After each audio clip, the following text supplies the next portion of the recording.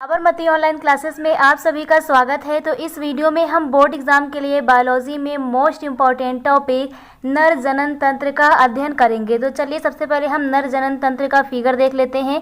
तो फिगर हमारा कुछ इस प्रकार से है। सबसे पहले यहाँ पर हम एक एक चीज़ समझते हैं। तो फिगर आपको सबसे पहले करना क्या है, सबसे पहले आपको इस प्रकार से बाहरी जो शरीर है इसको आपको बना लेना है। उसके बाद आपको यहाँ पर इस प्रकार से कुछ संरचना बना लेनी है। तो आपको इस प्रकार से एक संरचना बना लेनी है। उसके बाद यहाँ पर आपको दिख रहा होगा दो इस प्रकार से कुछ रखा हुआ है। तो ये क्या है, सबसे पहले यहीं से हम नामांकन शुरू करते हैं। तो ये जो पूरा कोष बना हुआ है इसको हम बोलते हैं वृषण कोष। तो यहाँ पर हम लिख देंगे ये है हमारा वृषण कोष। तो इस प्रकार से हम इस कोष को लिखेंगे वृषण कोष। तो ये जो हमारा कोष बना हुआ है इसको कहते हैं वृषण कोष। और इसके अंतर्गत ये जो आपको दो संरचनाएं दिख रही हैं इनको हम लोग बोलते हैं वृषण। इनको क्या बोलते हैं, वृषण। तो मनुष्य के शरीर के अंदर एक जोड़ी मीन्स कितनी संख्या में, संख्या में दो। तो एक ये और एक इसके पीछे ये। तो वृषण की संख्या दो होती है। तो ये हमारी वृषण हो जाती हैं। इसके बाद आपको यहाँ से एक पाइप दिख रही होगी। ये पाइप इस प्रकार से गई है और ऊपर से आने वाली पाइप को ये क्रॉस करती है और उसके बाद इस प्रकार से आगे जाती है। तो यहाँ पर ये जो पाइप गई हुई है इसको हम बोलते हैं शुक्रवाहिनी। तो यहाँ पर इस पाइप का हम लोग नाम लिख देते हैं। ये पाइप क्या है, तो ये पाइप है यहाँ पर शुक्रवाहिनी। तो यहाँ पर इस प्रकार से इसका हम नाम लिख देते हैं शुक्रवाहिनी। शुक्रवाहिनी जो हमारी जाती है जिस पाइप को यहाँ से क्रॉस कर रही है, तो ये जो पाइप ऊपर से आ रही है इसको हम लोग बोलते हैं मूत्र नलिका। तो यहाँ पर हम लिखेंगे मूत्र नलिका, जो ऊपर से पाइप आ रही है उसके लिए। और ये जो हमारी गई है इस पाइप को हम लोग बोलते हैं शुक्रवाहिनी। तो शुक्रवाहिनी जो है हमारे इस प्रकार से आगे बढ़ती है। आपको यहाँ पर ये संरचना दिख रही होगी शुक्रवाहिनी के अंतर्गत ये संरचना। तो ये जो संरचना बनी हुई है ये हमारी कहलाती है शुक्राशय। तो इसका नाम हम लोग लिख देते हैं शुक्राशय। तो इस प्रकार से हम लोग शुक्राशय को नामांकित कर देते हैं। इसके बाद ये हमारी आगे बढ़ती है, ये भी हमारा शुक्राशय ही बना हुआ है। तो इस प्रकार से जो शुक्राशय के बाद ये जो हमारी शुक्रवाहिनी है ये आगे बढ़ेगी। तो आगे बढ़ने पर इसे हम किस नाम से जानेंगे, तो इसे हम जानेंगे मूत्र मार्ग नाम से। तो ये है हमारा यहाँ के बाद से ये कहलाएगा हमारा मूत्र मार्ग। तो इसे हम लिख देंगे मूत्र मार्ग। तो आपको दिख रहा होगा यहाँ पर ये जो इस प्रकार से एक गोल गोल संरचना बनी हुई है तो ये हमारी एक ग्रंथि है। तो इस ग्रंथि का नाम लिख देते हैं। तो इस ग्रंथि का नाम है प्रोस्टेट ग्रंथि। तो इस प्रकार से प्रोस्टेट ग्रंथि यहाँ पर हम लोग नाम लिख देते हैं। उसके बाद ऊपर बढ़ते हैं। तो प्रोस्टेट ग्रंथि से ये ऊपर की ओर जो नली गई है यहाँ पर, तो ये संरचना जो बनी हुई है ये है हमारी मूत्राशय। तो इस संरचना को हम लिख देंगे नाम में क्या, मूत्राशय। तो ये हमारा हो जाएगा मूत्राशय। उसके बाद यहाँ पर हम लोग ये जो हमारी मोटी मोटी संरचना दिख रही है, फिलहाल बात करें तो शरीर के अंदर ये संरचना छोटी ही होती है। तो यहाँ पर मूत्र मार्ग के बगल में ये जो नली बनी हुई है इसको हम लोग यहाँ पर बोलते हैं शिशन। इसको क्या बोलते हैं, शिशन। तो शिश्न बोलते हैं या शिशन बोलते हैं, इसी को हम लोग लिंग भी बोलते हैं। तो ये हमारा हो जाएगा जो पतली पतली पाइप गई है ये हमारा हो जाएगा मूत्र मार्ग। इसके बाद यहाँ पर हम लिख देते हैं गुदा। तो ये हमारा गुदा कहलाता है। तो इस प्रकार से ये कंप्लीट फिगर हमारा हो जाता है नर जनन तंत्र का। तो यहाँ पर आप लोगों को समझना है ये जो हमारा वृषण होता है इसमें बनती है वृषण कोशिका। इस वृषण कोशिका को हम लोग शुक्राणु बोलते हैं। तो यहाँ पर हम नाम लिख देते हैं, ये फिगर है हमारा नर जनन तंत्र। तो ये फिगर हमारा क्या कहलाता है, नर जनन तंत्र। तो इस प्रकार से आप लोगों को फिगर क्लियर हो गया होगा। तो चलिए अब हम लोग समझते हैं कि नर जनन तंत्र क्या है। पेपर में नर जनन तंत्र आता है तो इसे हम किस प्रकार से लिखते हैं। तो नर जनन तंत्र क्या होता है, ऐसा तंत्र, ये एक प्रकार का क्या है, तंत्र है। तो ऐसा तंत्र जो नर में जनन कोशिकाओं को उत्पन्न एवं जनन अंगों को विकसित करने का कार्य करता है। तो ऐसे तंत्र को हम लोग बोलते हैं नर जनन तंत्र। तो आप लोगों को यहाँ पर क्लियर हो रहा होगा कि नर जनन तंत्र किसे बोलते हैं, ऐसे तंत्र को जिसमें जो कोशिकाएं होती हैं ना उनको हम लोग बोलते हैं जनन कोशिका। तो ऐसा तंत्र जिसमें नर की बात कर रहे हैं क्योंकि नर जनन तंत्र है। तो ऐसा तंत्र जो नर में जनन कोशिका को उत्पन्न करेगा और उसके बाद जो जनन अंग हैं उनको विकसित भी करेगा। तो ऐसे तंत्र को हम लोग बोलते हैं नर जनन तंत्र। मीन्स नर जनन तंत्र के अंदर जनन कोशिकाओं को उत्पन्न करना, मीन्स जो यहाँ पर कोशिकाएं उत्पन्न होती हैं जिनको हम बोलते हैं नर जनन कोशिका, जो कि हमारी वृषण में बनती हैं जिन्हें हम शुक्राणु कहते हैं। एक प्रकार से शुक्राणु को उत्पन्न करना और उस शुक्राणु को विकसित करना करना मीन्स जो हमारा मादा जनन तंत्र होता है उसमें अंड वाहिनियों तक पहुंचाना, तो ये हमारा जो पूरा तंत्र होता है जो इसमें भाग लेता है उसको हम लोग बोलते हैं नर जनन तंत्र। तो इस प्रकार से जो नर जनन तंत्र होता है उसके मुख्यतः दो भाग हो जाते हैं। एक तो हमारा होता है प्राथमिक लैंगिक अंग, प्राथमिक लैंगिक अंग को हम लोग मुख्य जो जनन अंग है वो भी बोलते हैं। तो अगर हम बात करें नर जनन तंत्र की तो इसमें मुख्य रूप से जो जनन करने में भाग लेगा वो होता है वृषण। इसके अतिरिक्त ये जितने भी लिखे हुए इनको हम लोग बोलते हैं सहायक जनन अंग या इन्हीं को बोलते हैं द्वितीयक लैंगिक अंग। तो इस प्रकार से हम एक एक हेडिंग डाल के लिखेंगे। तो फर्स्ट हमारा है प्राथमिक लैंगिक अंग। तो प्राथमिक लैंगिक अंग में क्या आएगा? वृषण आएगा। तो प्राथमिक लैंगिक अंग नर जनन तंत्र में वृषण होता है। अगर हम बात करें नर जनन तंत्र की तो उसमें जो प्राथमिक लैंगिक अंग होता है मीन्स जो मूल जनन अंग होता है वो क्या होता है? वृषण होता है। इसमें युग्मक का निर्माण होता है। वृषण जो होता है वृषण कोश में उपस्थित होता है। तो जो मनुष्य के अंदर नर जनन तंत्र की बात करें तो उसमें वृषण जो वृषण है वो कहाँ होता है? वृषण कोश के अंदर होता है। तो हम लोग बताते हैं कि नर जनन तंत्र के अंतर्गत जो वृषण होता है वो वृषण कोश में उपस्थित होता है। यहाँ से एक हार्मोन्स निकलता है, वृषण से एक हार्मोन्स निकलता है जिसको हम बोलते हैं टेस्टोस्टेरोन। क्या बोलते हैं? टेस्टोस्टेरोन। तो टेस्टोस्टेरोन नामक हार्मोन्स का स्रावण होता है। कहाँ से होता है? वृषण से होता है। तो इस प्रकार से आप लोगों को प्रथम लैंगिक अंग जो हमारा प्राथमिक लैंगिक अंग है वृषण क्लियर हो गया होगा। इसके बाद सेकंड हम लोग पॉइंट डालते हैं द्वितीयक लैंगिक अंग। अब द्वितीयक लैंगिक अंग हमारे बहुत सारे हैं मीन्स जो सहायक अंग होते हैं। तो इसके अंतर्गत हम लिखते हैं द्वितीयक लैंगिक अंग नर जनन तंत्र में सहायक अंग होते हैं। ये क्या होते हैं? जनन करने में सहायक अंग होते हैं। उदाहरण के रूप में अगर हम देखें तो इसमें एक प्रोस्टेट ग्रंथि होती है जो कि आपको यहाँ पर गोल संरचना दिख रही होगी। शुक्राशय होता है, शिश्न होता है, वृषणकोश होता है, मूत्र मार्ग, अधिवृषण और जनन ग्रंथियाँ, ये सभी हमारे क्या होती हैं? सहायक अंग होते हैं। इनको हम बोलते हैं द्वितीयक लैंगिक अंग। तो अब यहाँ पर एक एक करके हमें एक एक के बारे में लिखना है। तो यहाँ पर सबसे पहले हम हेडिंग डालते हैं वृषण और यहाँ पर अब हम सबसे पहले वृषण के बारे में लिखेंगे क्योंकि सबसे इम्पोर्टेंट जो नर जनन तंत्र का भाग है वो क्या है? वृषण है। तो यहाँ पर हम वृषण के बारे में लिखते हैं कि जो वृषण है मनुष्य में एक जोड़ी, मनुष्य के शरीर में वृषण कितने होते हैं? एक जोड़ी होते हैं। और कहाँ पर होते हैं? तो वृषण कोश। इस कोश को क्या बोलते हैं? वृषण कोश।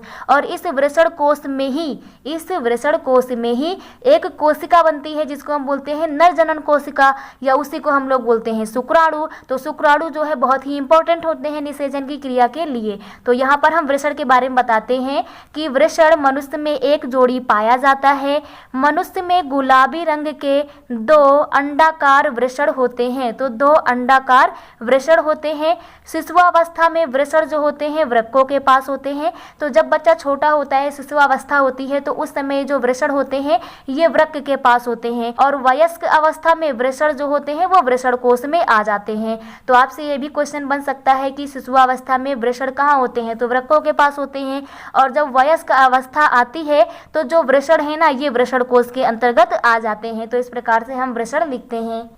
इसके बाद आगे हम बताते हैं कि नर में वृषण लगभग 4 से 5 सेंटीमीटर लंबा जो वृषण होता है 4 से 5 सेंटीमीटर लंबा होता है और 2.5 सेंटीमीटर मोटा होता है। तो 2.5 सेंटीमीटर मोटा और 4 से 5 सेंटीमीटर लंबा होता है तथा अगर हम वजन की बात करें तो 20.25 ग्राम का होता है। कितने ग्राम का होता है? 20.25 ग्राम का होता है।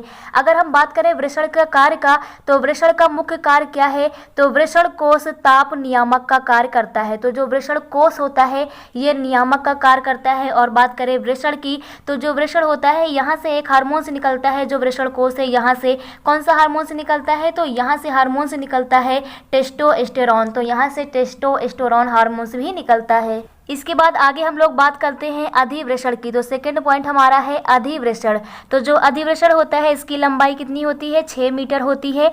यह एक पतली नलिका अत्यधिक कुंडलित जैसी संरचना होती है। तो यह अत्यधिक कुंडलित संरचना होती है और एक प्रकार से नलिका होती है। तो यहाँ पर हम बताते हैं कि जो अधिवृषण होती है इसकी लंबाई कितनी होती है? 6 मीटर होती है। एक प्रकार की पतली नलिका होती है, अत्यधिक कुंडली जैसी संरचना इसकी होती है। इसके बाद अधिवृषण के कार्य में लिखते हैं तो अधिवृषण का कार्य के अंतर्गत हम बताते हैं तो वृषण से शुक्राणुओं को मीन्स जो वहां पर नर जनन कोशिका बनी हुई है उसको शुक्र वाहिनियों में, कहां पर, शुक्र वाहिनियों में पहुंचाने के लिए मार्ग कौन प्रदान करेगा, तो मार्ग प्रदान करेगा अधिवृषण। तो आपका जो शुक्राणु है इसको शुक्राणु को शुक्र वाहिनी तक पहुंचाने के लिए जो मार्ग प्रदान करता है उसको हम बोलते हैं अधिवृषण। तो इस प्रकार से अपने फिगर में हम बताते हैं कि यहाँ पर क्योंकि ये हमारा क्या है, ये हमारा कहलाएगा वृषण कोश, यहाँ पर बनना है शुक्राणु, तो शुक्राणु को से शुक्र वाहिनी जो है यहाँ तक पहुँचाने के लिए जो मार्ग प्रदान करेगा उसको हम बोलते हैं अधिवृषण। तो इस प्रकार से हम लोग अधिवृषण के बारे में लिखते हैं। सेकंड कार्य हम अधिवृषण में बताते हैं कि निषेचन के लिए शुक्राणुओं को परिपक्व बनाना, तो शुक्राणुओं को विकसित करता है, उनको परिपक्व बनाता है कौन, तो ये काम है अधिवृषण का। इसके बाद थर्ड पॉइंट हम लोग लिखते हैं शुक्र वाहिनियां जो हमारी पाइप है उनके बारे में हम लिखते हैं। तो यह अधिवृषण से निकलकर मूत्र मार्ग के चारों ओर फैलकर शुक्राशय बनाती हैं। तो यहाँ पर हम शुक्र वाहिनियों के बारे में बताते हैं कि जो शुक्र वाहिनियाँ होती हैं ना ये अधिवृषण से आगे की भाग होती है। तो यहाँ पर हम बताते हैं कि जो शुक्र वाहिनियाँ हैं ये अधिवृषण से निकलकर जो मूत्र मार्ग है वहाँ तक उसके चारों ओर फैलकर एक शुक्राशय बनाती हैं। शुक्र वाहिनियों की लंबाई, जो हमारी शुक्र वाहिनियाँ हैं इसकी लंबाई 40 से 45 सेंटीमीटर होती है। यह एक कुंडलित नलिका है क्योंकि ये घूम घूम कर कुंडलित संरचना में बनती है। तो इस प्रकार से हम शुक्रवाहिनियां के बारे में बताते हैं कि कुंडलित संरचना होती है, इसकी 40 से 45 सेंटीमीटर की ये होती है लंबाई में। इसके बाद नेक्स्ट पॉइंट है हमारा शुक्राशय। तो शुक्राशय क्या होता है, ये थैली के समान संरचनाएं होती हैं। तो शुक्राशय जो होता है ये थैली के समान संरचनाएं होती हैं, जैसा कि आप लोग यहाँ पर फिगर में देख सकते हैं। तो ये हमारी जो नली गई है शुक्रवाहिनी, उसके बाद ये थैली के समान जो संरचनाएं हैं ये हमारी कहलाती हैं शुक्राशय। तो शुक्राशय के बारे में लिखते हैं कि ये थैली के समान संरचनाएं होती हैं, इनमें एक क्षारीय तरल स्रवित होता है। तो यहाँ से एक तरल पदार्थ निकलता है, यह तरल हल्का पीला और चिपचिपा और पोषक युक्त होता है। कैसा होता है, पोषक युक्त होता है, मीन्स पोषण प्रदान करने वाला होता है। तथा वीर्य का, वीर्य क्या होता है, एक द्रव पदार्थ होता है, कई सारे हार्मोन्स जो हैं मिल करके वीर्य बनाते हैं। तो वीर्य का लगभग 60% भाग बनाता है। तो वीर्य का लगभग 60% भाग जो होता है ये कौन बनाता है, एक हार्मोन्स बनाता है, एक तरल पदार्थ बनाता है जो शुक्राशय से निकलता है। तो ये हम लोग बताते हैं। इसके आगे लिखते हैं कि वीर्य में शुक्राणु गतिशील रहते हैं। तो जो वीर्य होता है इसका काम क्या है, वीर्य का काम है जो शुक्राणु निकल करके इतना लंबा रास्ता तय कर रहे हैं इन शुक्राणुओं के लिए एक रास्ता प्रदान करना, मीन्स इनको गतिशील कर देना। तो क्योंकि जो हमारे शुक्राणु होते हैं वृषण कोश से निकलेंगे, शुक्रवाहिनी में जाएंगे, शुक्रवाहिनी के माध्यम से ये आगे बढ़ेंगे, तो यहाँ से शुक्राशय से इसमें हार्मोन्स मिल जाएगा। ये हार्मोन्स क्या करेगा, इसको द्रवित कर देगा। द्रवित करने का मतलब है कि एक चिपचिपा पदार्थ बना देगा, उसके ऊपर शुक्राणु तैरते तैरते निकल जाएंगे। तो इस प्रकार से शुक्राणु यहाँ से होते हुए मूत्र मार्ग से होते हुए शरीर से बाहर निकलते हैं और उसके बाद मादा जनन तंत्र में जा करके अंडवाहिनी में जाते हैं, आगे निषेचन की क्रिया होती है। तो इस प्रकार से हम बताते हैं कि जो हमारा शुक्राशय होता है यहाँ से एक तरल द्रव पदार्थ निकलता है जो क्या करता है, शुक्राणुओं को गतिशील करता है।